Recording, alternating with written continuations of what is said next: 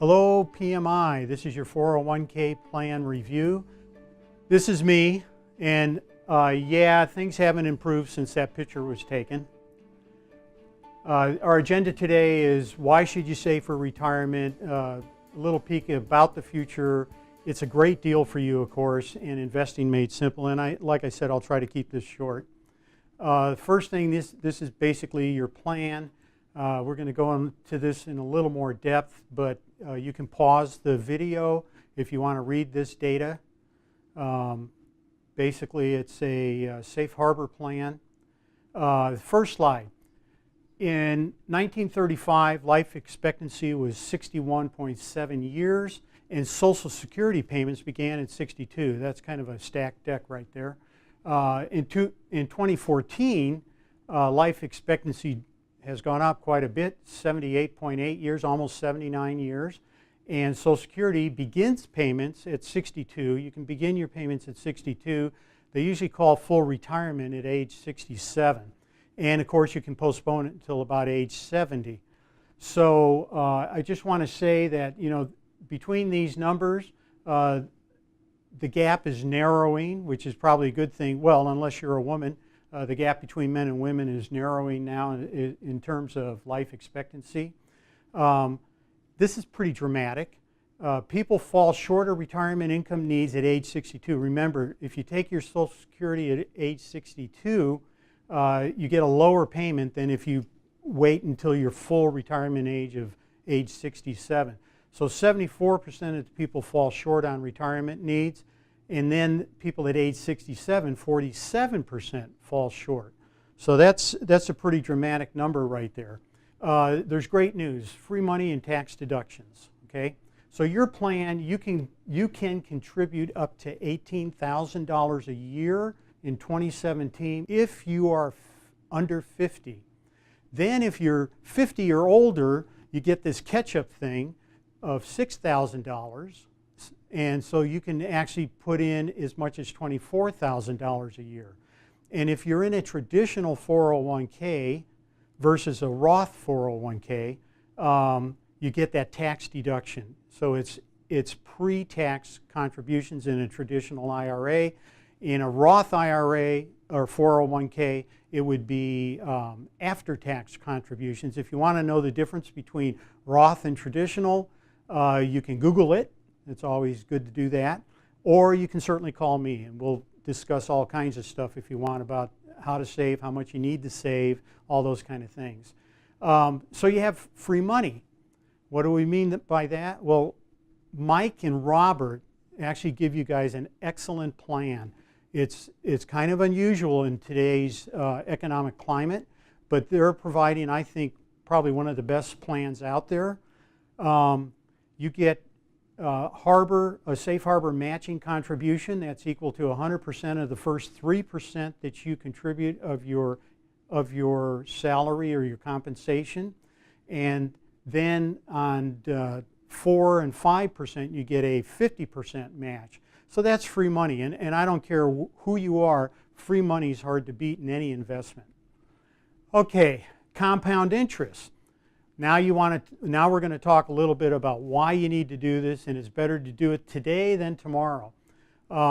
If you begin saving money, okay, let's do a couple assumptions here. We're assuming single employee saving $2,500 a year and with an 8% annual return, okay? So if you begin at age 25, you get $2,500 a year for 40 years plus the interest, and you would earn $599,000. Okay, total saved was $100,000, and you made the rest was returned. Okay, if you wait just 10 years and begin at age 35 with the same number, $2,500 a year for 30 years instead of 40 years. You get $305,000, okay, which is a lot less than $700 basically, and your earnings were only $230,000 and $75,000 totally saved. So it really behooves you to do this and do this as quick as you can. This is important, it may not be important to you if you think Social Security is going to satisfy all your needs, or maybe you have some pensions out there or some inheritance maybe. Maybe this isn't so important, but for most of us, you know, this is a real critical thing, because it would be hard, I know for myself and probably most of you, to kind of live on Social Security and then rely on that to be there over the long term, which is until you die. Okay? All right, retirement saving tips. Start today. That's a no-brainer. Contribute to your 401k. Pay yourself first.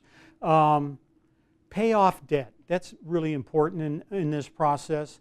If you're paying, you know, 15, 20, 25% on a credit card in interest, then that's really probably one of the first things you should do is pay off that debt.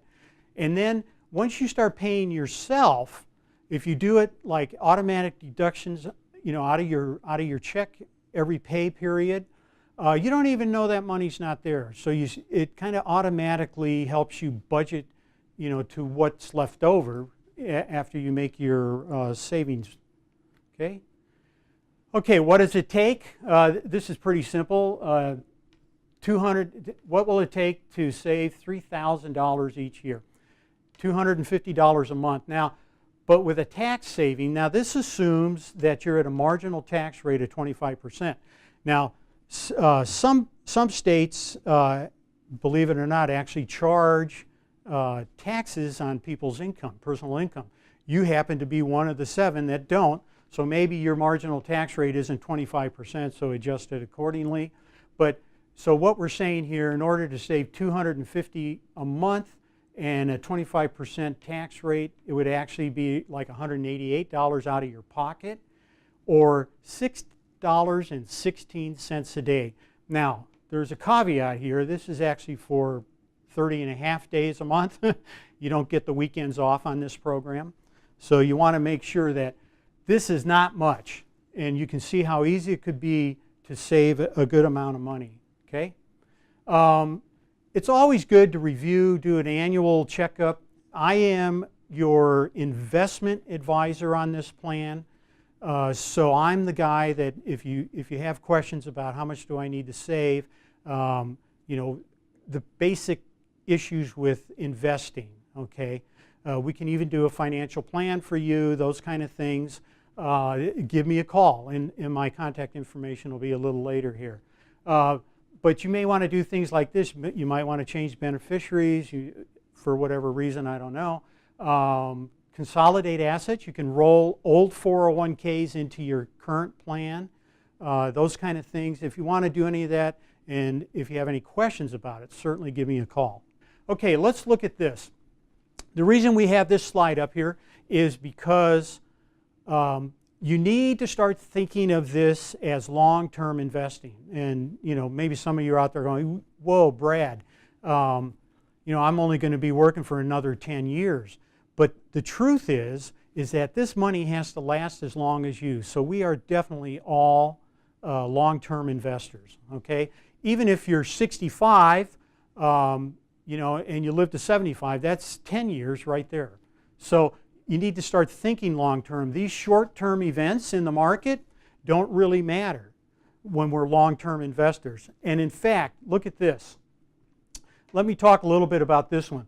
This was, I don't know if you guys have ever heard about Black Monday of 1987, October 1987.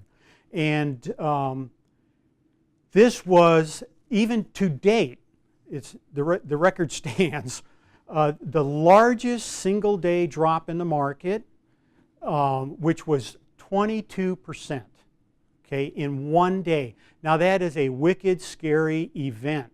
It makes people do really stupid things, like getting out of their investment. And certainly a lot of people did when that happened. But always, you know, another kind of tidbit here is the market is always 100% invested. You can't have a seller unless there's a buyer. So when we're selling something, someone else is buying, okay? But in this instance, if you sold, chances are you wouldn't get back in for a year or two after an event like that, especially with some of these other events that happen. But look what happened here. In fact, 1987, even with that drop, was a plus year in the market. But look at what happened after 1 year, 3 years, and 5 years. It was up. Okay, then we had U.S. savings and loan. We had the Asian contagion. And then we had this dot-com thing. Remember this? This was like in 1999. It was nearing its peak, or it was at its peak, actually. And that's when you know, the market was doing extremely well, and even your barbers were you know, given investment advice, if you will. And oh yeah, now I know what you're thinking. What's that guy doing in a barber shop, right? Well, I used to walk by him. Anyhow, but this was the dot-com crash, and this was basically where people were investing in something that one little sector years ago had done really well. Then everybody gets on board, and of course they start investing in companies that have no assets. So it crashed, and that was in 2000, April of 2000. Then we had, you know, the towers, the Twin Towers, in 9/11 of 2001, and then it hit bottom. The market hit bottom on October 1st. But of course, this was a terrible event. But after this, and then after this, and then 7 years later, we have one of these truly big events. We had the Great Depression in 1930. We had a huge market drop in 1973 and 74. And then, lo and behold, in 2008, we had another big drop that was started by the, you know, the banking debacle.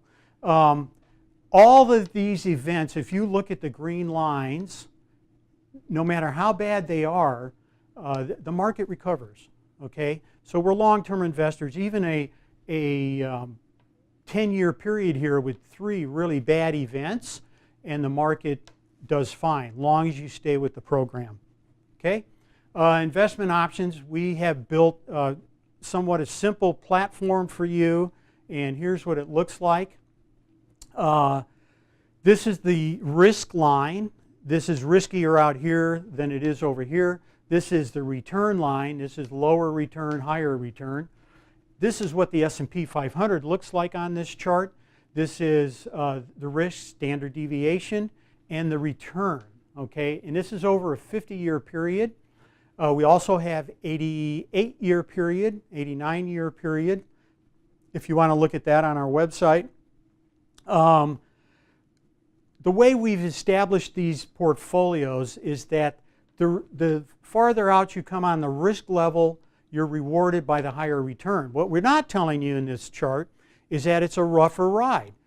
Portfolio 100 has lower lows and higher highs. Yes, it does better over time, right? Over this 50-year period, it did actually very well because inflation in the last 50 years was pretty high. But it's a wild ride, and there are very few people that can handle that kind of volatility. So you look at a 60, which is pretty darn conservative, especially in the world of Wall Street. Our portfolios are pretty conservative. It still did a little over 10% in this time period. In fact, it did as well as holding 100% stock in the S&P 500. Okay, any questions, give me a call. All right, so here's what it looks like. It's simply Portfolio 100 has 100% stock in it. Portfolio 50 has 50% stock in it. Okay, IFA. This is kind of the summary up here. We are actually ERISA 338 fiduciaries, which means that we work in your best interest. We don't have any hidden commissions. We don't have any funds paying us fees or custodians paying us fees. None of that nonsense goes on. And we're very, very competitive. We have put together an extremely competitive cost-wise plan for you. And Mike was very instrumental in negotiating that, as well as finding us to help you guys have such a great plan. And we're transparent, easy to understand. You can go into your account 10 times a day if you want and see exactly what's going on. There's no created statements that are being sent to you. You can always go in and see exactly what's happening. Okay? For more information, this is your website. It's www.PMIreps401k.com. And let me see, I think, and then the record keeper, retirement plan consultants, and I'll talk a little bit more about them, and then we're wrapped up. And then, of course, here's my information. You can always reach me real easy, brad@ifa.com, and I'd be more than happy to talk to you or your family. Anybody that has an investment question, give me a call. So this is that www.PMIreps401k.com page, and this has a lot of information. This is Shireen. She is the head of our 401k plans here at IFA, and she has a great little video that gives you just wonderful information. But if you need things like distributions, rollovers, loans, forms, changing investment elections, password reset, account access, web navigation, you go to Retirement Plan Consultants, Participants Center, okay, at this number, and there's also a button on this page for you to log in. So I would go to this page if I were you. I would bookmark it and then start going in and seeing how your 401k is doing. You know, don't look at it every day because it goes up and down on a day-to-day basis. It doesn't matter. You're a long-term investor. There's some of my information here. You can view my profile. You can also get to our website, which has you know, unbelievable amount of data. If you go to our website, you might want to call me to have me walk you through it a little bit because it has lots and lots of data. So the thing is that this is a real important page for you. I would definitely bookmark it. If you don't have your login, you can get your login from Retirement Plan Consultants. Just call their number on this page. Thank you all for listening. I hope it wasn't too painful, but it is really important information, and I would encourage you very much to get involved and save as much money as you can. Thank you very much.